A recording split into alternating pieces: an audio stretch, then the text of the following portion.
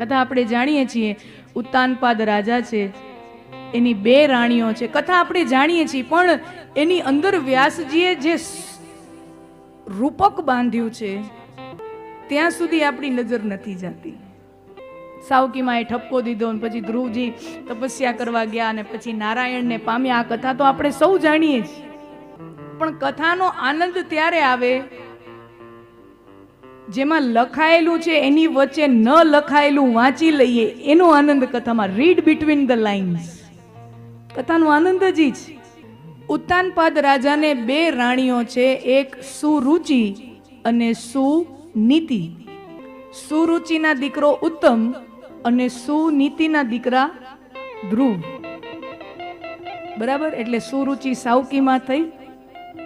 આ કથા આપણે સૌ જાણીએ. અહીંયા જે નથી જાણતા, જે વ્યાસજી આપણને સુંદર રૂપક જે બાંધે છે ને, આ આખા કથા પ્રસંગનું સૌંદર્ય જ એમાં છુપાયેલું છે. ઉત્તાનપાદ રાજા એટલે હું ને તમે જીવાત્મા. એની 2 રાણીઓ છે, સુરુચિ અને સુનીતિ. જીવાત્મા એટલે હું ને તમે, આપણા બધાયની 2 પત્ની છે.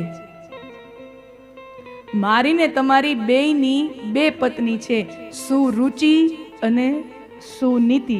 સુરુચિ એટલે, અને ઉત્તાનપાદ રાજાને કઈ રાણી ગમે છે? સુરુચિ ગમે છે. સુનીતિને અળગી રાખે છે. સુરુચિના મહેલમાં રહે છે, સુનીતિનો મહેલ પણ નોખો રાખે છે, એને અળગી રાખે છે. તો સુરુચિ એટલે, ઉત્તાનપાદ એટલે જીવ. જે પત્ની ગમે છે ઈ સુરુચિ. સુરુચિ એટલે મન ફાવે ઈ ખાવું, મન ફાવે ત્યારે સૂવું, મન ફાવે ત્યારે ઉઠવું, મન ફાવે ત્યાં રખડવું, મન ફાવે એમ વર્તવું, મન ફાવે એમ બોલવું, એને કહેવાય સુરુચિ. રુચિ એટલે લગ્ન પત્રિકામાં ન લખેલું હોય રુચિ ભોજન, સ્વરુચિ ભોજન છે. સ્વરુચિ ભોજન એટલે કે ભોજનનો બધું અહીંયા લગાવેલું છે, એમાંથી તમને જે રુચિ લાગે એ તમારે જમવાનું. બુફે લાગેલો છે, એમાંથી તમને રુચિ જેમાં થાય એ તમારે જમવાનું. એને કહેવાય સ્વરુચિ ભોજન. ભોજનના પ્રકાર હોય ને, એક એવું ભોજન કે અમારી પાસે આ છે એ તમારે જમવાનું, આટલી 1-2 જ વસ્તુ પૂરીને શાક આટલું છે એ જ તમારે જમવાનું. સ્વરુચિ ભોજનમાં 15 વસ્તુ હોય, એમાં તમને જે ભાવે એ જમવું. પેલાના લગ્નમાં પાંગતો બેસતી, બરાબર ને? પેલાના જમાનામાં પાંગતો બેસતી, એની મજા હતી હો. મને હજી આજુ યાદ આવે, કચ્છમાં જતા અને નાના હતા ને ત્યારે પાંગતોમાં બેસીને આમ જમતા ને પીરસવા વાળા આવતા ને પાંગતમાં બેહીને તો જો એમાં કોમેડી બહુ થાય. એ દ્રશ્યો જોવા જેવા હોય. ઓમ સાધારણ લાગે પણ ધ્યાન દો તો નકરી કોમેડી હોય અંદર. શાક વાળો પીરસે, કેરીના રસ વાળો આવે, દૂધ પાક વાળો આવે, માણા લેતા જ આવે. દૂધ પાક વાળો હજી આમ 5-6 જણાથી આમ દૂર ઊભો છે પીરસતો, અને ખબર પડે કે દૂધ પાક વાળો આવે જ છે પીરસવા, અને આપણો આખો વાટકો ભરેલો ને આમાં નાખ નો ઘટક હોય ને તો આ નવા 14-15 વર્ષ વાળાને તો ખબર જ નહીં પડે. એ બધા બુફેડા. પેલાના જમાનામાં પાંગતમાં માણા બેઠા હોય. પાંગત કોને કહેવાય? માણા બેઠા હોય ને પીરસવા વાળા ફરે, ડોલ લઈને, તગારું લઈને પીરસવા વાળા ફરે. હવે પીરસવા વાળા ઊભા હોય. હવે પીરસવા વાળા એક ઠેકાણે ઊભા હોય, માણા ફરે થાળીઓ લઈને. દેજો ને દેજો, 4 લાડવા દેજો, ઉનાટું જોઈએ હું એકલી.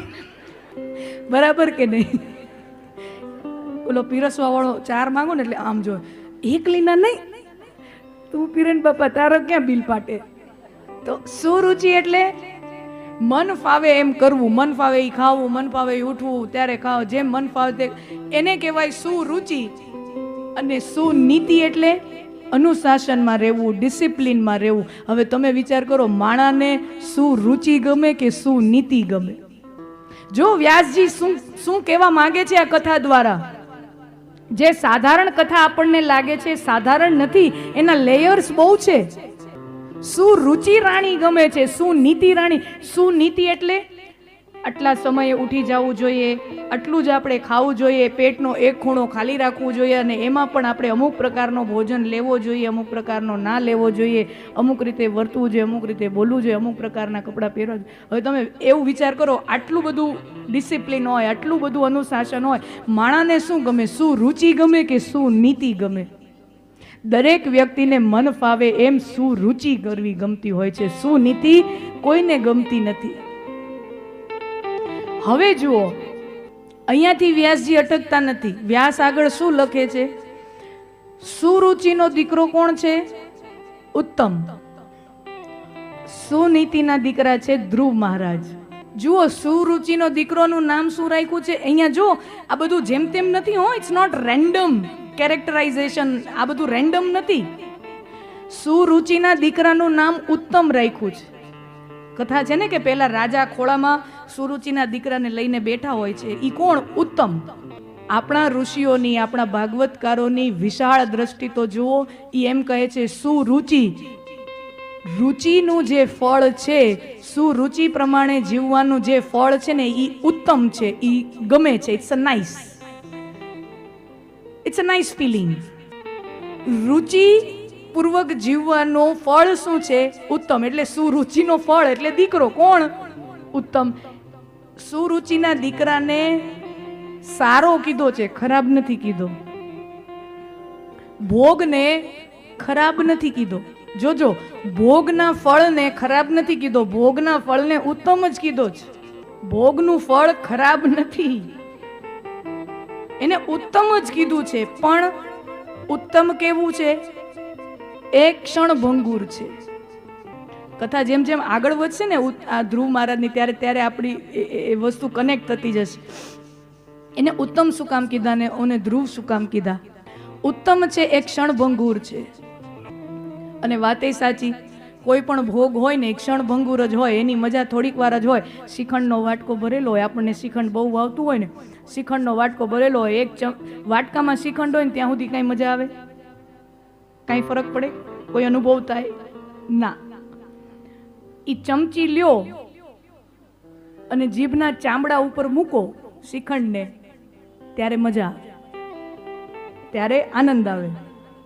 પછી એને આગળ ધક્કો મારીને અંદર જવા દ્યો, પેટમાં વયું જાય, પછી કાંઈ ફરક પડે છે? પછી કાંઈ અનુભવ થાય છે? પછી કાંઈ મજા આવે છે? એનો મતલબ શું? કે ભોગનો આનંદ એ ભોગ ભોગવવાતો હોય, એક ક્ષણ પૂરતો જ રહે છે.